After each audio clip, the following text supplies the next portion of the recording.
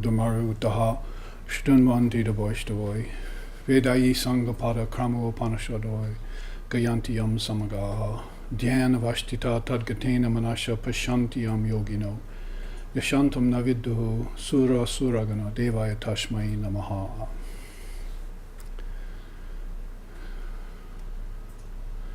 Our eternal salutations to that one who is the truth of life and existence, and whom the saints and sages call by various names.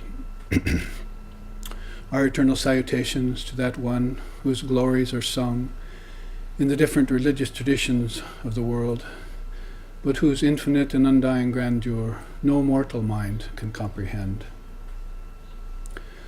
Our eternal salutations to that one upon whom the devotees meditate in the shrine of their heart, realizing an ineffable presence in their deepest contemplation. May he prompt our minds toward the path of truth and righteousness. May she reveal herself into our souls and dispel the gloom of death, fear, doubt, and darkness. Om peace, peace, peace.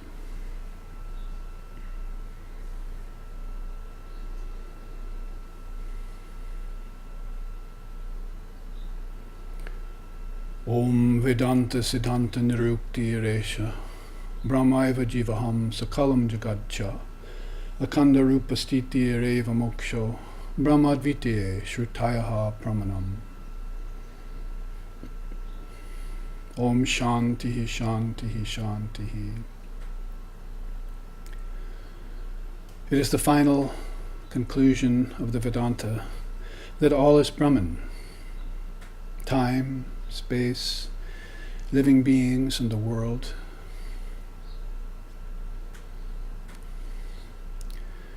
Living in constant recognition of this fact is what is called enlightenment. Brahman is one without a second, pure and perfect, and the revealed scriptures are the sure and certain proof of this fact. Om peace, peace, peace.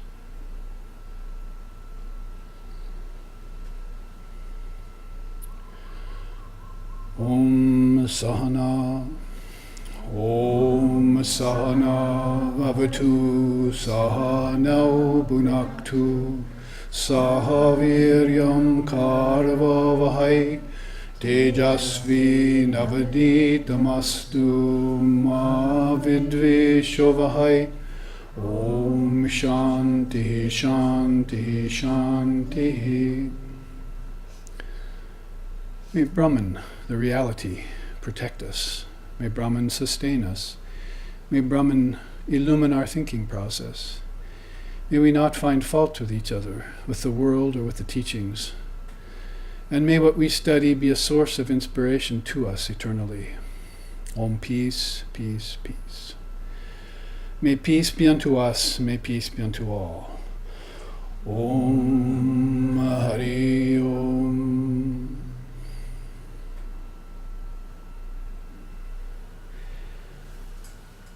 We are back live.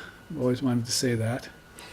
And we left off talking about Mirabai's following and some of the associated teachings of Vaishnavism to bring in that bhakti element more. We have to study jnana, bhakti, karma, and dhyan, or raja they sometimes call it, the four yogas. A gift that Vivekananda brought to us in this 150th centenary year that we're celebrating is really big for Vivekananda. I was talking today to one student saying how Ramakrishna Order and Swami Vivekananda have gotten huge, 5 million people strong without advertising, no newspaper blazoning, as Vivekananda didn't like that. It's just been this underground river that has spread. And so people all of a sudden become aware of it just through divine grace and their own karmas, their own qualifications. So we are a huge extended family. We have the SRV family here. There's 14 people in this room, and we have 50 or so on the West Coast, and some in India, and some on the East Coast. So we've been at it for 20 years, 20th year for us this year, when 150th year of Vivekananda's, since he was born on Earth.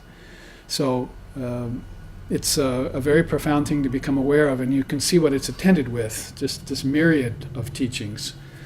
as if to overwhelm ignorance, make ignorant of itself. Because you resist not evil, so you can't really say that evil and ignorance and other things are real. They're like those Mike fog banks that attend us, and we have to disperse that haze somehow. And the Jnana Yoga is the fastest, swiftest way to do that. Love can do it, yes.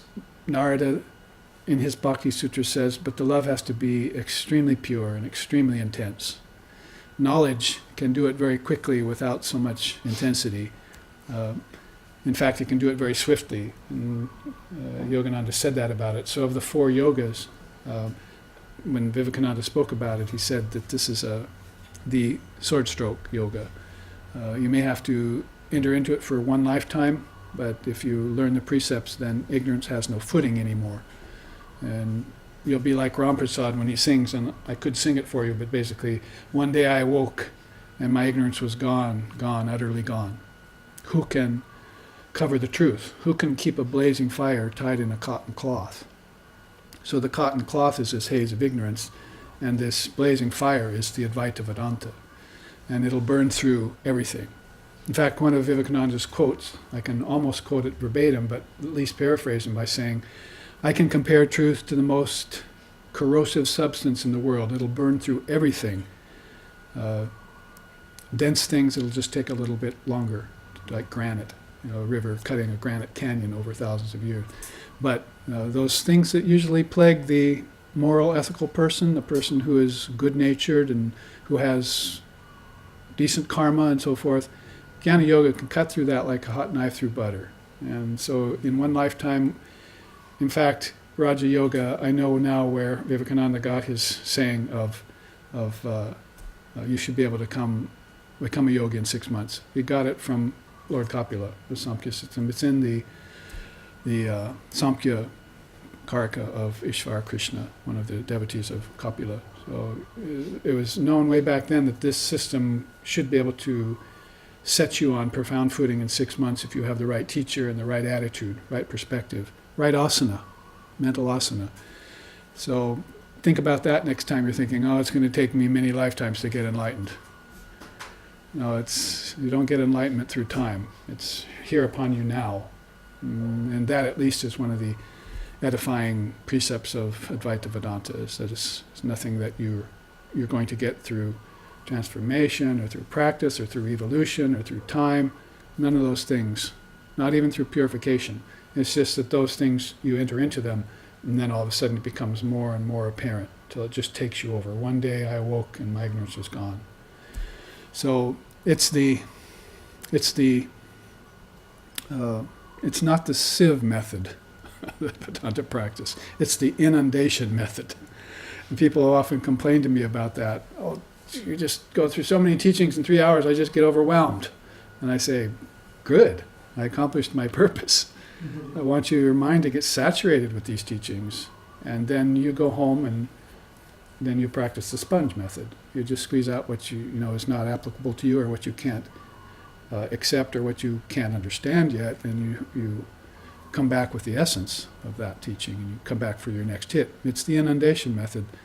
Ignorance isn't real, so you have to use that method on it. Because if you approach it other than resist not evil, you come at it the other way, then it strengthens itself.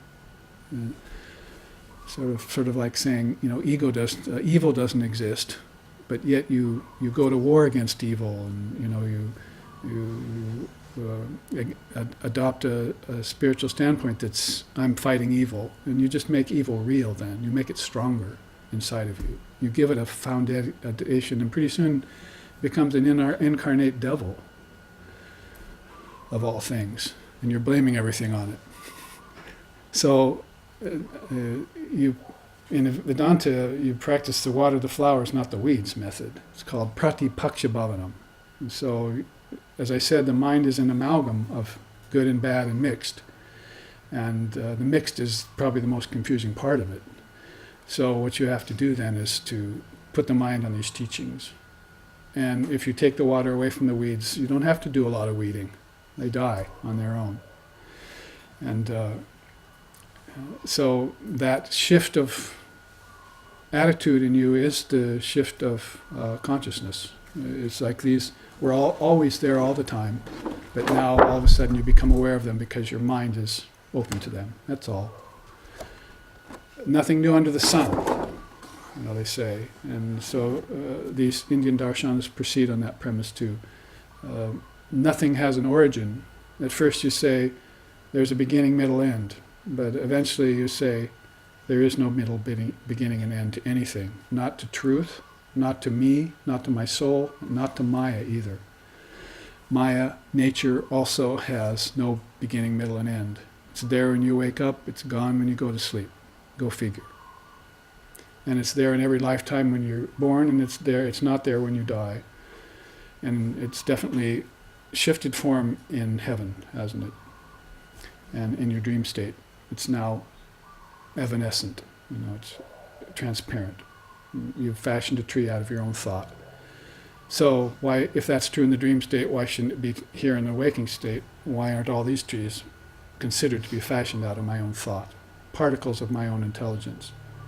And therefore I'm setting the evolution theory on its ear, I'm setting the 7-day creation theory on its ear, the 4,320,000,000 evolutionary theory, scientific theory on its ear, and I don't believe in those anymore. I believe in here and now.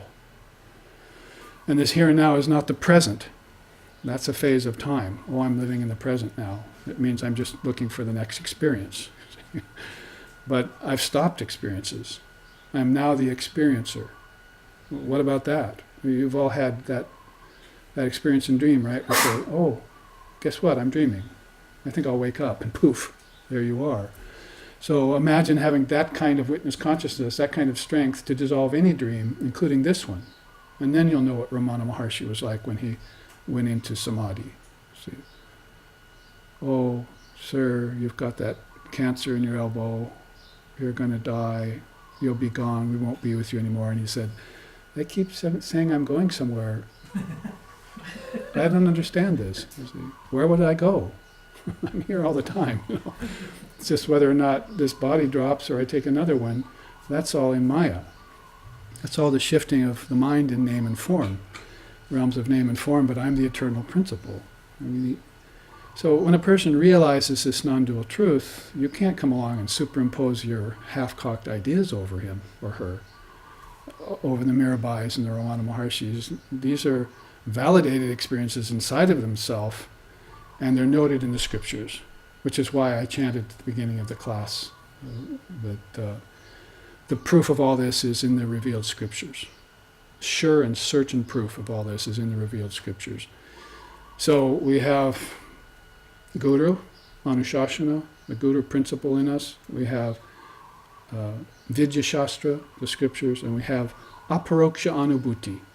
Aparoksha Anubhuti. Nice 8-syllable words for you to contemplate. Nothing like them in English, you see. So Aparoksha Anubhuti means your own direct experience. So you validate this with the scriptures and the seers, and then you take it in and you meditate on it and you get your own realization. And that is the 1, 2, 3 punch that puts ignorance to the mat. When you do that. It's called the 3 proofs of truth in my tradition. It's one of the great axioms of Vedanta. And necessarily it's done as a practice, yes, so it's not pure Advaita, but it's a practice of the mind. Please note that. It's not a practice of the body or the breath. It's a practice of the mind. And that's a mental asana that becomes your passageway into the subtler nadis, into the subtle worlds, even while you're occupying the body. Not just waiting for, what's going to happen after death. There's a story of Swamiji. We're talking about him in this 150th year. His birthday was yesterday.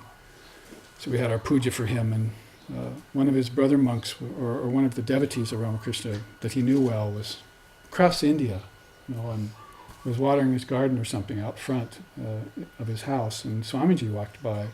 And he hadn't heard yet that Swamiji had passed away just days earlier. And he looked up, Swamiji, what are you doing here? He saw Swamiji made him see his subtle body. And he said, "What are you doing here? I thought you were, in Calcutta." And Swamiji said, "No, I've actually kicked the frame. I spat out the body. I spat out the body." So, and then the other thing he told him was, "And you know what? Everything Ramakrishna ever taught us is true. I see it, it's all true."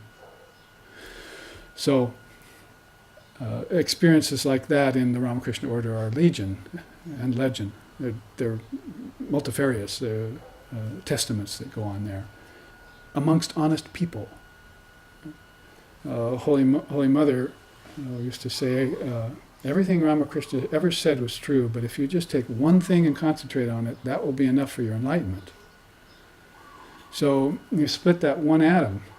You get beyond ignorance with that one bit of knowledge, that one atom from the sun of knowledge, and split that curtain of Maya open and get one glimpse, and that's the end of ignorance forevermore for you. And you should never fall back into it again. You should never believe in it as being real in the first place. That's what resist not evil means. And I don't think it's really ever been unwrapped that way in Christendom. They certainly don't act like it if you want to go and have a crusade and in a fundamentalist way say my path is the only way, then you're not really following the universal Christ. Resist not evil.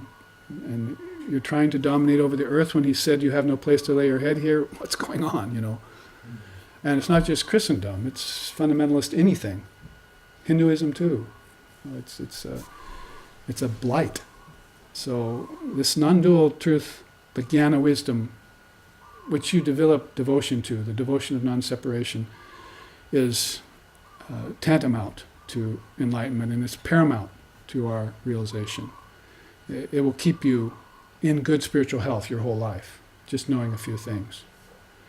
We had that in the Gita this morning. I hope you were all listening and wide awake when I was chanting that, chapter 6, when Arjuna asked, what happens to a person who cannot maintain yoga, who cannot get the realization, practices but fails? Isn't he just rent apart at the time of death like a cloud in the sky? And Krishna says, no, that's the practitioner of yoga never comes to harm. My child never suffers. So even a little bit of this, he says, saves you from the great fear. Death is really the great fear. Everyone has this background brooding consciousness, I will die someday, I will not be here. Which is an entirely fallacious asana. It's a bad asana to hold. See? There are good asanas and there are bad asanas. So this one does not do you any good. In fact, it can do you harm, especially if you nurture it your whole life. So nurture those positive flowers and give up those weeds. And if you find yourself in the Jnana Yoga atmosphere, drink it in. Use that prana, that prana of digestion in the mind, not just in the stomach. And every other prana. Then you'll know the real function of prana. How subtle it gets when it reaches the psyche, and how subtle it gets when it reaches the intellect, and how it turns into pure intelligence, and how it rents through the curtain of nescience, the cloud of unknowing at that level, and reveals the truth to the seer. If it happens to him while he's living, all the better, because if you can do it here, you can do it anywhere, you see. It's not that hard to see Brahman after you die. In fact, Vivekananda said, I can imagine when I get out of this body, I'll feel entirely free again. He just had no doubt about how he'd feel. I think even the evil sinner will feel free when they get out of the body for a little while, because the light is so obvious then, you see. But it's just a matter after that, how many bricks you have on your tail, how much baggage you're toting about the train station and so forth, how you've qualified yourself for these kingdoms of heaven within you, these lokas, these akashas. And I say that if you even know about the akashas, you've qualified yourself. Like Krishna telling Arjuna, just a little practice of this yoga will save you from the great fear. So you'll get out of the body and you say, I'm not breathing anymore, and you start to panic, I'm going to die, and you say, what nonsense is this? How can I die? Didn't I learn better? Besides, what's that light in the distance, you see? Isn't that what the Tibetan book tells you? Dead man is lying there, and the Rinpoche's there reading the Tibetan book, and the children and the wife are crying, and he says, leave the room. Why should we leave? He's dead. Because he has subtle senses. He can still hear you. They didn't ever learn about the subtle senses, you see. The power of the eye to hear, see, and the power of the ear to hear, and so forth. They didn't learn about that, and they didn't concentrate on the tanmatras. 5 of the 24 cosmic principles. Only the yogis did that, you see. The yogis and yoginis knew about that. And even if they knew a little about it, it saved them from the fear of death. All you need is that little edge. See? It's the same in any race, right? You kind of need an edge, and if you have that edge, you're psychologically sound and you'll win. So it's the same in spiritual life. The only thing about in spiritual life you have to remember is you're not going anywhere. You're eternally set in one place, like Shiva. And the whole thing, as Vivekananda said, to quote him again on his birthday, all movement is nonsense. This idea of coming and going is all mere nonsense. Where would the soul go when all space is in the soul? At what time will the soul leave the body when all time is in the soul? See how beautifully he puts it? This is the harbinger of truth in this day and age. Vivekananda is it. He's the authentic one. I stand fully behind him with 5 million other people now, and with a whole host of swamis and brahmacharyas, the like that we haven't seen since Shankara's time in 700 AD. How did Vivekananda convince so many young men to give their life to God? We've never seen that happen. The greatest phenomenon in religion is Buddhism and how it spread, no doubt, without lifting a finger, what to speak of a sword. The greatest phenomena in humankind is Vivekananda convincing thousands of men to give up their life for the service of God and mankind. So, read his complete works. He never wrote a book. These are living books, people. He had stenographers there when he arrived. They took down everything he said, and it was all then put into these living books. Didn't sit down and say, how am I going to write this out, you see? How am I going to explain this? These were taken right from the horse's mouth. And this was the great divine horse that came out of the churning of the ocean of nectar by the gods and the asuras. So this is the primal soul. This is according to Ramakrishna, the Saptarishi of this realm. You know what I mean by Saptarishi? Have you heard the song? Saptarishi means, Sapta is 7, Rishi means seer of truth. There are 7 realms, and there are 7 seers of truth that preside over those realms. One of them is called Brahmaloka, the highest, and according to Ramakrishna, that's where he got Vivekananda, from the Brahmaloka, sometimes called Satyaloka. There's another song that sings, from the ocean of unmanifested consciousness, a form congealed, like a form made like trying to congeal 1,000,000 suns in a mold. Out of that form, a little baby was made, and that baby sat at the side of a great seer who sat for 700 years at a time in meditation, and woke him up from samadhi and said, will you come down to earth with me? The arc of the world is sinking in lust and greed. We must go down there. And then 2 beams of light shot down into Bengal, to Calcutta. And Rani Rasmani was there to build the Kali temple soon. Sharadamani, the Divine Mother incarnate, was about to be born in a village. So many things were happening around that time. The English were, beginning to make their insidious presence in India and turn people's mind away from the Vedic lore and towards materialism. Great souls like Aurobindo and Gandhi were going to be born to help stem that tide. So many things were happening at that time. But out of that song comes this song about Saptarishis, which is beautiful. Shri Ram Krishna ekadin janamagana huite janameve pehchani narendra konate. And then that verse about the Saptarishis. Sapta Rishi Mandalike Jnana Yogi Rishivar. Sapta Rishi Mandalike Jnana Yogi Rishivar. Brahma Sukha Chodakara Swayam Hiyaite. Brahma Sukha Chodakara Swayam Hiyaite. Shri Rama Krishna Ekadin Janamogana Huite. Janameve Pehechani Narendra Konate. Beautiful sentiments he says about the Sapta Rishi, identical with the avataric play of Sri Ramachandra and Hanuman and Sri Krishna and Arjuna. Similarly, in this age we find Ramakrishna and Vivekananda, that one who is born of the realm of the seven wisdom rishis, who came out of conditioned samadhi to benefit all living beings, basically an English translation. So when you talk about these highest beings that inhabit these worlds, they're keeping a very subtle body. It's called a causal body.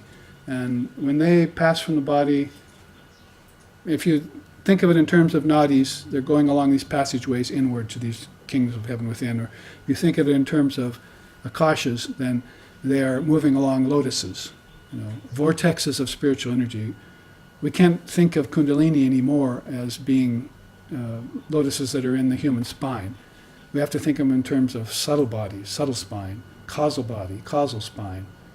The human being just being a template for these marvelous truths inside, these kingdoms of heaven which are thrilling to behold. It caused beings like Sri Aurobindo to write Savitri, this great epic describing the inner worlds, and it's like Vivekananda told his brother monk. He says, what Ramakrishna told us, it's all true. I see it here. It's just spread out before me like a huge map. So everything filled with light. So if we have a glimpse of that experience here on earth, then they say a drop of that divine elixir makes gods out of men and goddesses out of women. And you're never born again in ignorance. Once having seen that, you won't be born in ignorance anymore. There are subtle karmas that are to be attended upon depending on which world you attend, and there are different reasons why beings take on those karmas, sometimes for the sake of others. But nevertheless, ignorance will be gone for you. Ignorance will die. And it's very much associated with just hearing the truth, just hearing, even at the cosmological level. That's why I spend so much time at it and begin to sort of harp on it, because it's a sort of a cross-section that the Advaitas have sort of jumped, past, as if it's, we can go straight to the formless, we really don't have to talk about this anymore. But here's where your karmas are in these other bodies. In the mind, right? You say, the emotions in the heart. No, the emotions are in the mind. There is no heart. Heart to us is Atman. That's pure heart. That's soul.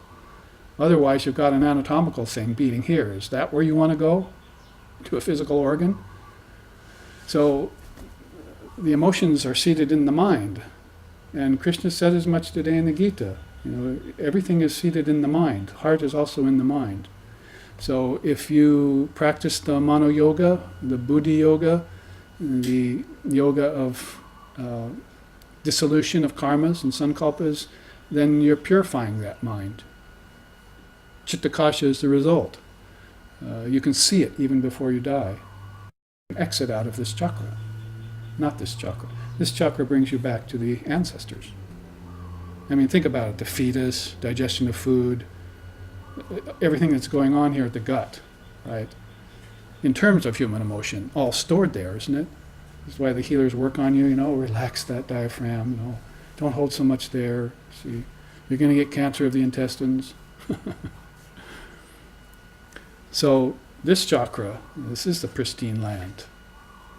And so you want to at least exit here. See? And enter here is also fine. This is the living room of God. This is the drawing room of God, where I can Ramakrishna said, I can have concourse with the devotees and talk with them and dance and sing, you see, in ecstasy. And these chakras, these higher realms of light, become accessible to you from there. It's just like looking inward, see, to see this greater light, light of wisdom, light of vision, and then immersion. So if you put it in terms of the akashas or the lokas or the kundalini system or the eightfold path or the four treasures and six jewels of Vedanta, however you want to put it in these different systems, they're all relating that to you definitely. The whole point is to pick one of these systems, if not many like I did, and find the validity behind them. Adopt them. See, like children, like an asana. I will make this my siddhanta, so make this my conclusion in life. I have arrived at a conclusion. You know, the thing is about drawing conclusions is you might make a wrong one, right? So in philosophy, there's always this fear, you know, so maybe I'll settle for something that's short. So therefore I never make a conclusion. But the wisest thing I ever heard about that said was that you make the conclusion at a certain point, and then whatever it is that's unsound in that conclusion will all of a sudden rise up and show itself to you. And if you don't make the conclusion, it won't. You'll hang out in this zone of inconclusiveness. Patanjali calls it indeterminacy. It's one of the 7 obstacles to yoga. You don't make any determination to move, so you kind of freeze in place, or you take one step forward and slide 2 steps back, kind of progress. That isn't getting you anywhere. So make the conclusion based on the sound evidence that you have, and it'll probably be a good one. If anything is erroneous about it, it'll show itself up at that time. Then modify it, or modify yourself to change it. So it's a way of moving forward in spiritual progress. If you're a big ego, you know, and my path is the only way, or, you know, my system is better than yours, you'll never try that. You know, you'll never get to it. So you have to be more egoless and be able to be flexible in that way. Aren't we all flexible? I mean, are we going to Christian churches right now? Or are we looking for something like the Vedanta or Tibetan Buddhism or Zen? We're being flexible. We're looking seriously for some truth. Yes, and it's true, in some of us it's a kind of spiritual menu tasting. One person told me today, like a poo-poo platter of philosophy. So in Hawaii. But so many others of us, and I actually had to convince many of my Indian brethren about this, that there are some Americans who have taken this Gita very seriously, have taken the Upanishads very seriously. We've been studying it since we were 19 and 20, and we're not about to quit. So it's not that all Americans can be put in some bag that we're all just chasing our tails. But there's some of us who have made a conclusion, established ourselves in this, committed ourselves to the truth, and now we're even beginning to teach it. We're beginning to share it with others. So what you see as a result of that is these systems brought forward. Cosmological, philosophical, and finally spiritual. It's the way to get to true spirituality, because spirituality is higher than religion. We always make that distinction. Spirituality isn't seances and in the parlors of rich people and crystal waving and things like that. Spirituality is based on a firm philosophy of non-dualism, Advaita. So it's what gets us there. So in that regard, if we want to go forward, we've looked at this Mirabai chart, let's go back to this idea of Kaivalya to finish up this remaining half hour or so. Because Father of Yoga is a good authority on the devotion of non-separation. It's something that we can really benefit by looking at this steps of attainment to Kaivalya. This, I go into prisons and teach, so this was, one of my students drew this in prison, that he was taking the Vedanta. Some of the people in prison tell me, well, now I know why I came to prison. It's to hear you speak on Vedanta. So he was one of those, and so he imagines me sitting there, all like, you know, on the seashore, all in samadhi and everything. I had to let him down a little bit about that, but I am sitting here, but the ocean is more an ocean of wisdom. that I'm looking at inside. But this is a very nice representation. And so I used it as a backdrop for these steps to the attainment of Kaivalya. Don't stumble on the Sanskrit phrases necessarily, but the English is there too. It all starts with a wisdom transmission, and we should get into a few quotes from the great spiritual bard, if we want to call him that. The Shakespeare of philosophy in India is Patanjali, the father of yoga. He says, "One whose intelligence is filled with discriminating wisdom that springs from constantly trying to perceive the self possesses the highest dispassion."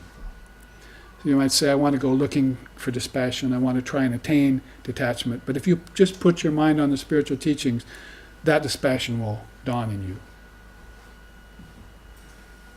As a matter of course. It's again watering the flowers and not the weeds. And it's like, oh, I can't attain that, I can't attain that.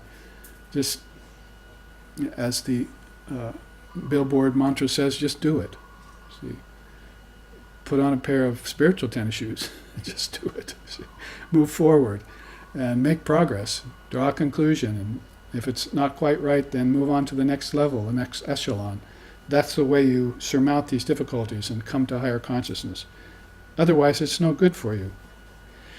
If you get this samyak jnana, which is very much like one of the elements of the Eightfold Path, by the way, I'll start with samyak, this Eightfold Path of the Buddha.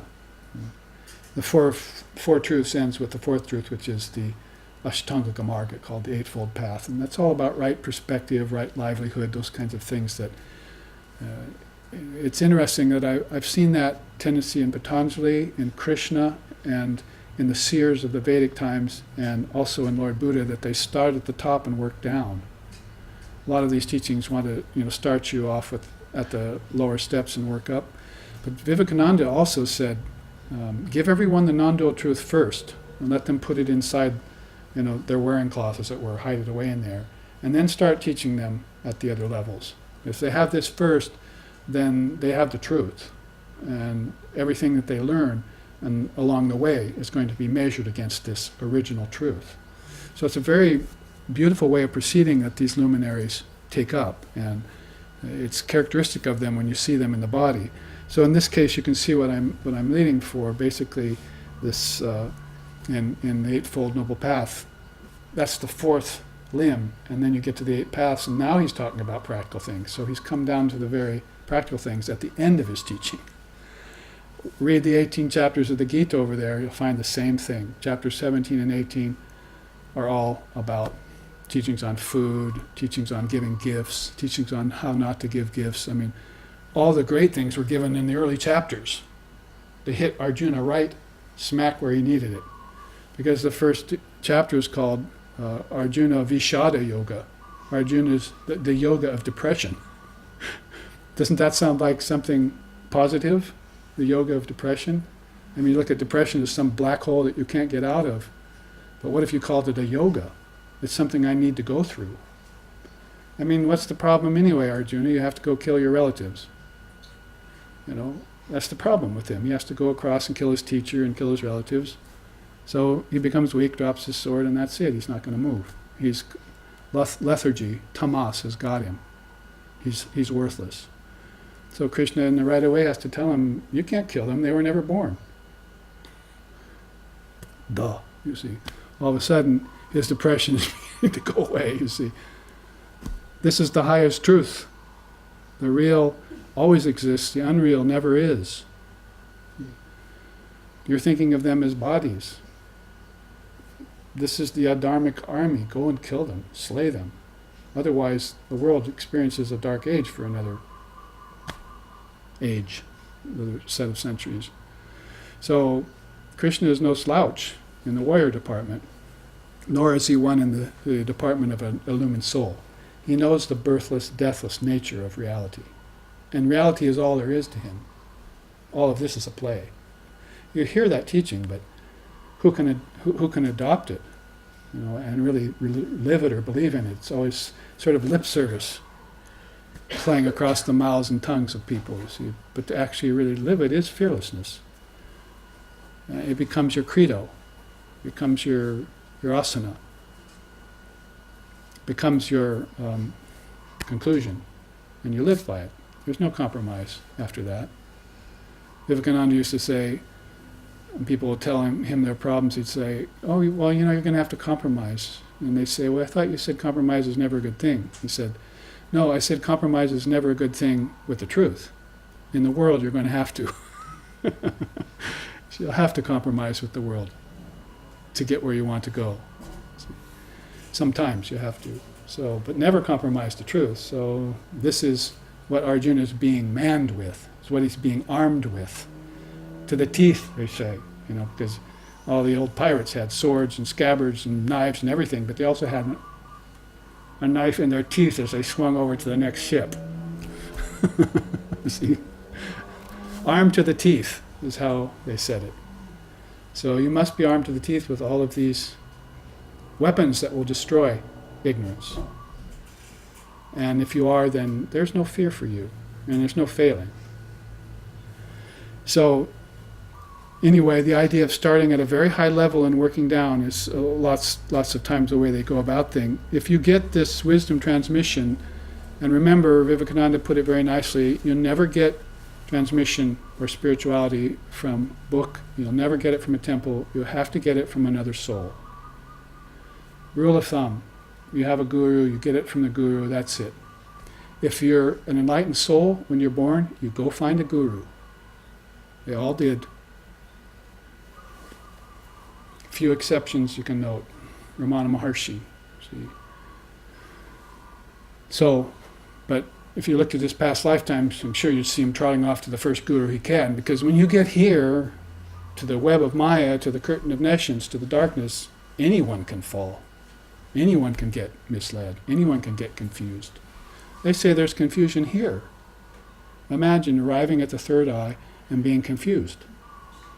They say that's the poison at this center, is disorientation. You're used to lower climbs, you see, which are very beautiful, but if you arrive here, there's a danger of disorientation. Oh, all of a sudden I'm a formless entity. Where am I? Where's my head? I was listening to one of our Swami brothers, Swami Yogananda, Mahayogananda, give a talk on the Advaita Ashrama website the other day. And he's an American, and there he is, his lecture's right there. Beautiful. And he was saying about how when Swamiji had his first experience, he came out of that high samadhi that Ramakrishna had sort of graced him with, and he couldn't find his body. First he couldn't find his head, then he couldn't find his body. And he started crying out, where's my body go? Where's my head? And he started feeling like a floating head, And they went to Ramakrishna upstairs and told him, Naren's freaking out down there. And so Ramakrishna said, well, let him do that. He's bothered me long enough. Let him stay that way a while. So talk about getting acclimatized to this very high level of consciousness. It's no laughing matter in a way, because you have this the body is quite dear to people.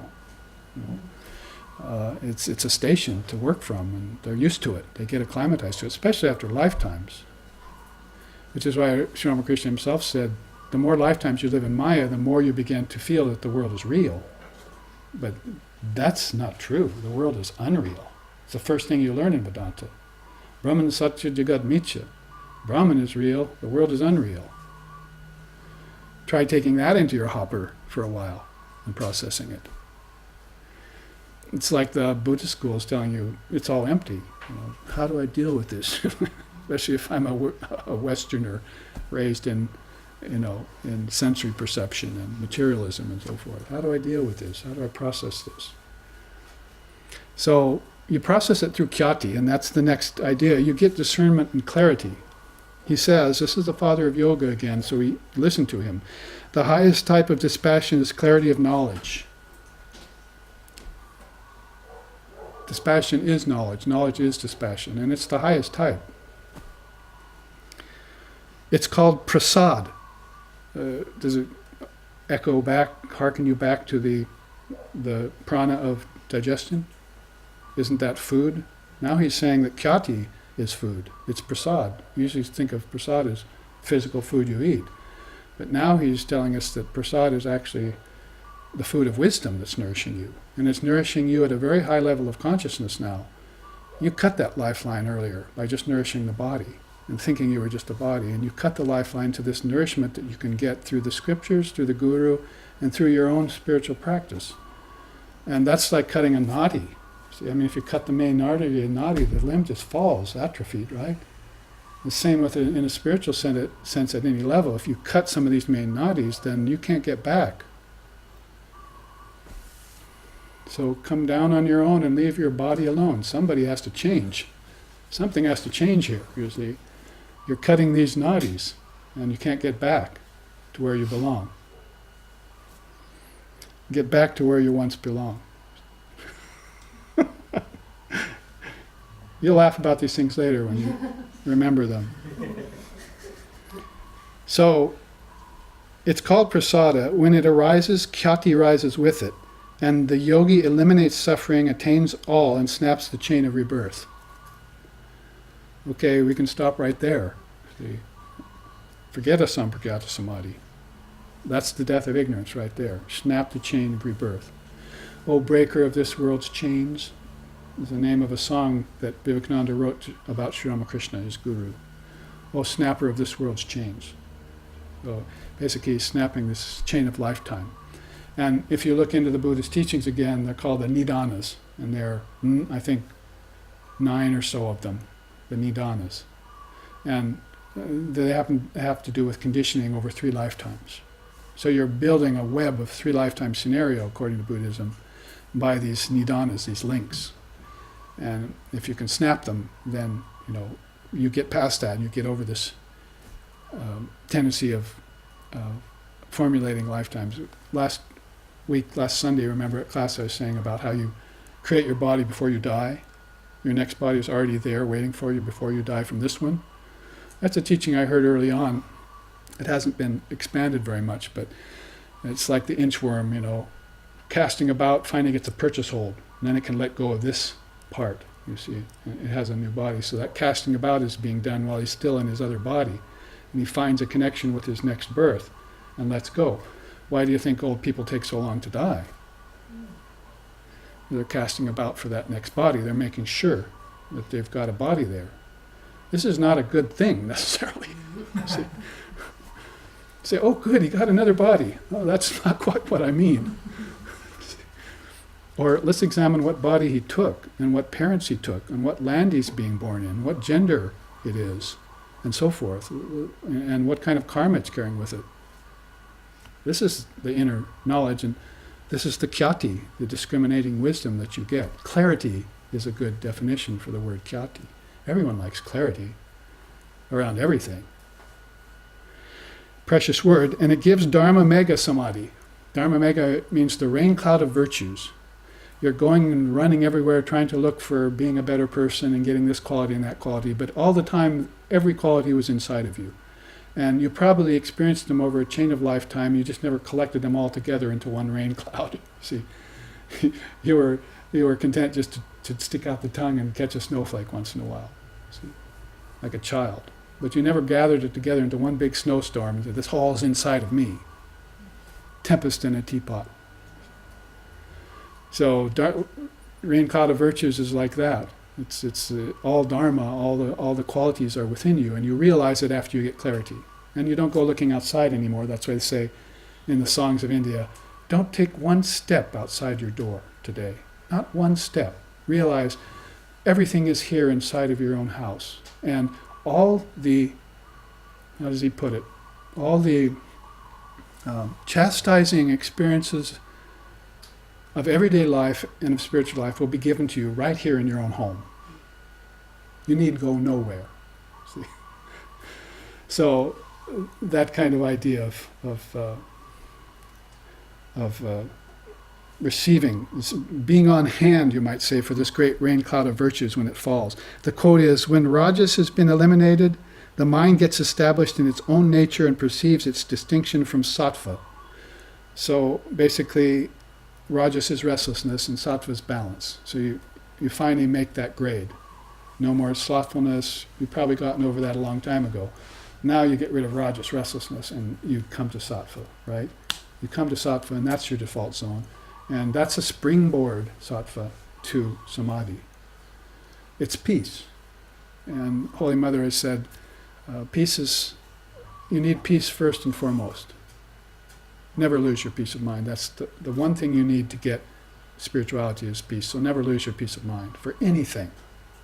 Wife, children, husband, friends, money, their loss. Never lose your peace of mind. Stand alone in that. Kaivalya asti. I am alone, and peace is my foundation. Shanti, shanti, shanti. I'm going to say it 3 times to cover the 3 worlds.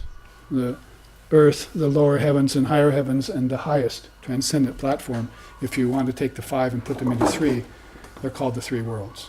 Or your gross body, your subtle body, and your causal body. It's all within you. Can't think of it again as some separate reality somewhere, and definitely not out in space. Vivekananda actually ran into people who thought that God was floating on a cloud and the devil was under the earth. He said, I can't believe these people are still in that kind of superstition. They've taken their scripture literally. It's supposed to be taken symbology. The revealed scriptures, that you can take literally.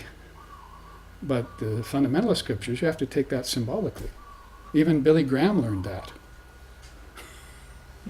It was in Time magazine, I read it. So it must be true if it's in Time magazine, right? There I was, what did you learn from all your evangelicalism? He was asked by this woman reporter that went to his house, his retiree house in West Virginia or wherever it was. You see, what did you learn from all your evangelicalism? Not to take the Bible literally. See, I was amazed. I heard angels singing, hallelujah. So take the non-dual scriptures literally. And that's the beauty of Vedanta, because beings who gave you the system, Lord Vashishta and so forth, they're very big on making a distinction. It's actually one of the first things you do in spiritual life is to know the difference between the revealed scriptures and the ordinary scriptures. The ordinary scriptures deal with the world and worldly matters. They're pretty easy to recognize. Who owned what tent peg and in what land, back in the Jewish forefathers or so forth. What do I need to know that for? How it was passed down from family to family. And I need to know my identity with Brahman. I need to know my relationship with God with form, Ishvara. So Dharma, be on hand for Dharma Mega Samadhi, the rain cloud of virtues. After you get clarity, after you receive the wisdom transmission, it's happening now. This is a wisdom transmission. I got it from my teacher and I'm passing it on, in case there's any doubt. So what happens after that? Mala Vinasha. Mala means imperfections, Vinasha means destruction. I will destroy all my subtle imperfections. Strange, isn't it, that this happens after you get clarity? Why? It doesn't. It's because it never happens before you get clarity, that's why. You actually find out what lurking imperfections are inside of you. And these are the little things you don't know about that are keeping you from making spiritual progress. Many people are having these experiences. Ramakrishna's main story about that was take a white piece of paper and hold it up to light. You see it, creamy white, hold it up to light, little black specks everywhere in it. So this is holding the mind to the light, to this kind of light of clarity and so forth. You have to have these high experiences that are God before you can shed your human nature and take on your divine nature. Because Jiva is Shiva, the Tantras say. Jiva is Shiva. This apparently embodied soul is the Supreme Lord. And the teaching in Shaivism around Shiva is that these malas that you take on are not sins. They're not black marks in your soul. You take them on purpose and work them out in life so that every time you work one out, another curtain drops, and another curtain drops. And Shiva is constantly revealing himself to you this way, through the shedding of your imperfections, which are not your own. It's not like original sin kind of teaching that leaves you nowhere but hell. Eternal hell. burn in the fires of eternal hell. You heathen. Does it sound like a seer talking? Or does, you're a birthless, deathless, eternal soul. You're originally perfect. Does that sound like a seer? So, talk about distinctions, make them. Now, luminosity is the self-nature of the sattvic buddhi.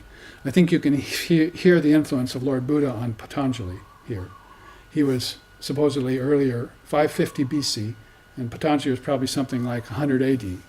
So he was very influenced by Buddhism, as Buddhism was very influenced by the earlier sages like Kapila and so forth. So you can see the line of succession. And then India never considered these different religions.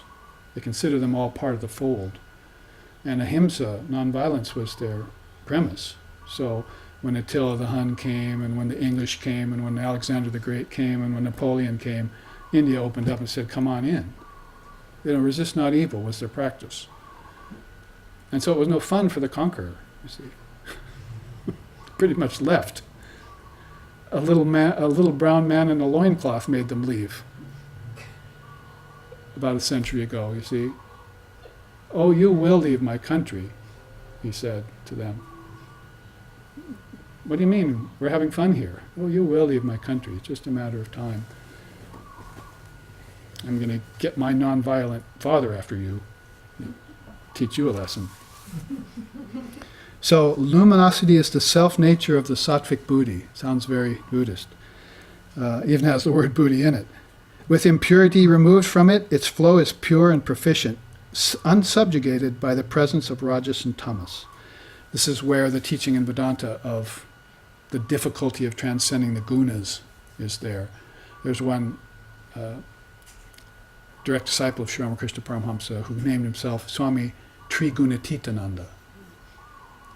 The bliss of transcending the three gunas, because if you can get beyond tamas, rajas, and sattva, then it's a very high state of consciousness. Because when people reach sattva, that's called a good life. I'm having fun here. I'm happy. I'm content. I'm peaceful. I can have bliss here. But according to Patanjali, bliss is the fourth barrier to realization. The first is, my students, ignorance of your true nature. The second, restlessness. You're talking about the kleshas. And the third is attachment and aversion. And fourth is bliss, attachment to subtle bliss. So these are the things you have to watch for in the yogic path. But if you can remove that buddhi, that sattvic buddhi, get the buddhi, that's your intelligence, at a balanced level, then inspect it like paper against the light, and start removing all those subtle tendencies, then you can turn the sattvic buddhi, which is a good springboard, into a realized condition. You'll get samadhi. And that's coming. But first, there it is itself, guna vaitrishnam, dispassion towards the gunas. The quote is, freedom dawns when all craving for the gunas and the attributes of nature ends, based on realization of the spiritual self, called purusha. Sometimes use atman, sometimes use purusha. So notice desire, craving for the attributes of nature comes in. So he's setting you up for Kaivalya. He's setting you up to get beyond nature. Then jnana prasada happens. Destruction of karmas and obstacles. When knowledge is at its purest, even the subtlest impediments, like karmas from previous births, get obliterated. This is the culmination of perfection and ushers in an end to even the thought of form. Sort of like what you're trying to do in your meditation, right? And get beyond form, get beyond thinking, get beyond vibration. Very hard to do. You can detach from objects sometimes, but the thought of objects still persists. And then you get beyond that and the ego is there. Aren't we having fun yet, as they say, in this inner march? It just gets better and better. It gets subtler and subtler the obstacles get subtler and subtler. That's why the gunas are so difficult to surmount. But then comes asampragyata, the attainment of non-dual samadhi. The final quote here is, when all the vrittis are brought under control, vrittis are vibrations of the mind, and subjected to nirodha, it means dissolution, then sampragyata, the wisdom samadhi, occurs, followed by Kaivalya and then the sampragyata. So you get the samadhi of form, that all form lies within you, all heavens are within you, and that puts you into bliss. And that bliss puts you into a state which is overwhelmed. When you get over that overwhelmed state, you begin to select pieces of your wisdom and check them out with your newfound realization. And you examine them, just like a scientist would in a laboratory. And each time you break open one of those newfound particles, they call them matras back then, of wisdom, more bliss comes out at you. More satisfaction, more contentment. So, are you going to look back on the world then? You're unwrapping the secrets of existence, which is your own essence. Ananda. I mean, there's words like shanti for peace, and there's words for ananda like bliss. These don't have opposites. It's not like happiness and sorrow.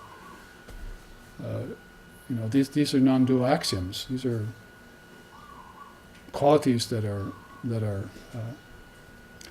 sempiternal. It's a beautiful word, actually. Sempiternal means everlasting. So, sampragyata first, and then Kaivalya. So he's saying here in this Jnana Prasada quote that when you get that wisdom samadhi in its form state of form, and the bliss that comes from it, because it's called ananda, sananda, and the only other thing you have to transcend after that is sasmita, right? So you're going to these levels of samadhi. Patanjali is the purveyor and the presenter of samadhi. There's nobody who explains samadhi the way Patanjali did. And he has it all nicely segmented, and you can see by this kind of march of inner qualities how he explains it in his own experience. So you get to that level where sasmita is, that means the bliss of your ego, the bliss of being a separate self. Somehow you take a turn away from that and see another light. They say that Brahma, Vishnu, and Shiva do this at the end of their very, very long lifetime. That even the Trinity will say, will all of a sudden say, it's sort of like examining your own consciousness, right? Even Brahma, Vishnu, and Shiva will say, gosh, all this light that's passing through me is turning into worlds. It's turning into all these worlds, see? And I'm creating, preserving, and destroying them in cycles. But I never questioned where that light's coming from, see? And they turn around and they look, and there's the ocean of Brahman. Resplendent. So the individual ego has to do that too, to get out of sasmita into asampragyata samadhi, into seedless samadhi from the seeded samadhi. Seeded with everything from desires to karmas in a very subtle form. So it has to get over bliss, the bliss of its separate self. That's Kaivalya. It's separation from nature, because that's where the ego is fastened on. If it doesn't have name and form, then it doesn't get that bliss. So this is a kind of justification if yoga needs it. I'm talking yoga, I'm talking authentic yoga. Raja Yoga, Patanjali Yoga, the Kingly Yoga, Ashtanga Yoga, those are names given to the real yoga. So this is a kind of justification, if it's needed, that yoga will use to explain to you the journey of the soul inward, past the kingdoms of heaven which are within, to this possibility of transcending all of nature. And nature at that point is called unmanifested prakriti. It's not manifested prakriti anymore. This is manifested prakriti. Thousands and millions of planets in space is manifested prakriti. Krishna says that's all 5 elements. And up there probably only 3. We haven't found air and water up there. There's a lot of fire and earth and ether, but we know that there are the existence of 5 elements. So that's pretty much the Bhutakasha and all its occupants. So in order to transcend that, then this inner journey, you see. And at one point, you'll find the unmanifested Prakriti, where all of this came from, is the Word. Out of the causal state, Om, came all of this. In the beginning was the Word was with God, the Word was God. In the beginning was the Word means the first demiurge. The Word was with God means at first it seems like it's separate from God, and therefore it's a subtle vibration, a primal vibration, an unstruck sound. And because it vibrates all the time, all the worlds are born from it. But when the Word was God, that's where Samadhi happened. The Word merged with God, and there was no more two-ness anymore. Therefore, no possibility for creation. In our tradition, God isn't a creator. We leave him sacrosanct. We leave him completely pure. It. We don't even call him a he, sorry. We leave that, Tat, completely pure and untouched the way it is. It never creates. Vivekananda said, it's a-create. And you're trying to turn it into forms. You'll probably really fully realize that when you have Kaivalya.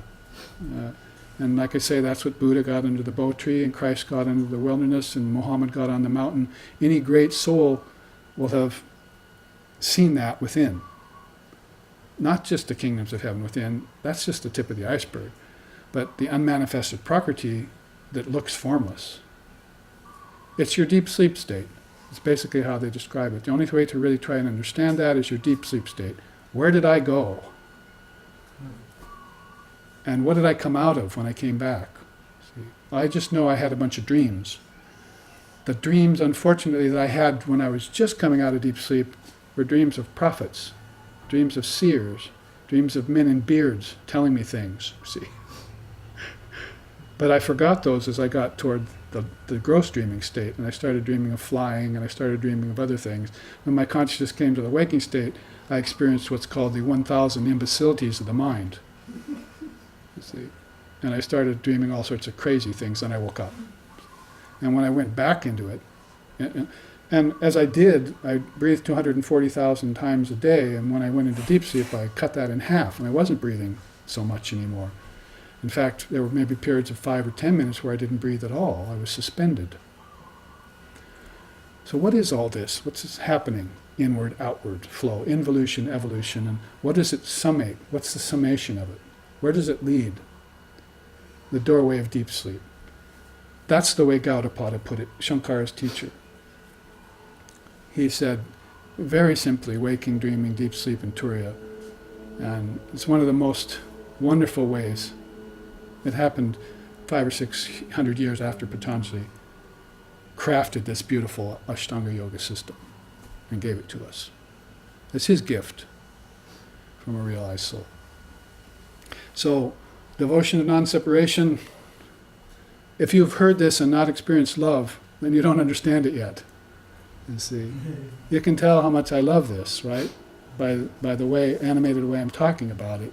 And this, and any other teaching that comes along, you can't separate what you know from what you love.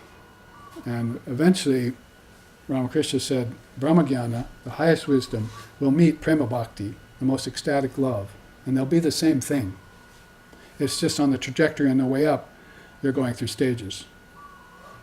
Like Vivekananda said, taking pictures of the moon on your way to the moon. You see, they all look different when you get them developed, because you were at different angles.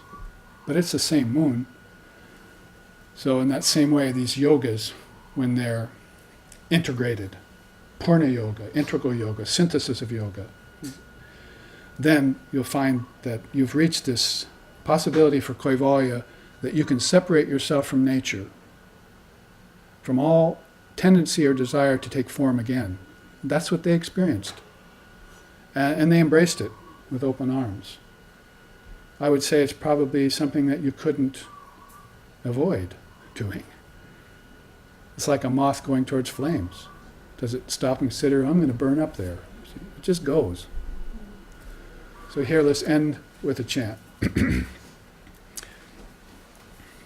Om Bhadram Om Bhadram Karnabhihi Shrinayamadevah Bhadram Pasyema Akshabirya Jatraha Sthirairangaistushtuvam sastanuvir Vyashema Devahitam Yadayuhu Swasti na Indra Vridashravaha Swasti na Pusha Vishwadevaha Swasti nastarksho varishtanemihi Swasti no brihaspatir dadatu Om Shanti Shanti Shanti. May we hear with these ears what is good and spiritual, and see with these eyes what is noble and uplifting.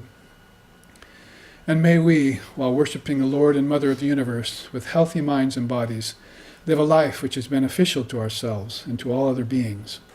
Om, peace, peace, peace. May peace be unto us, may peace be unto all. Om Hari Om.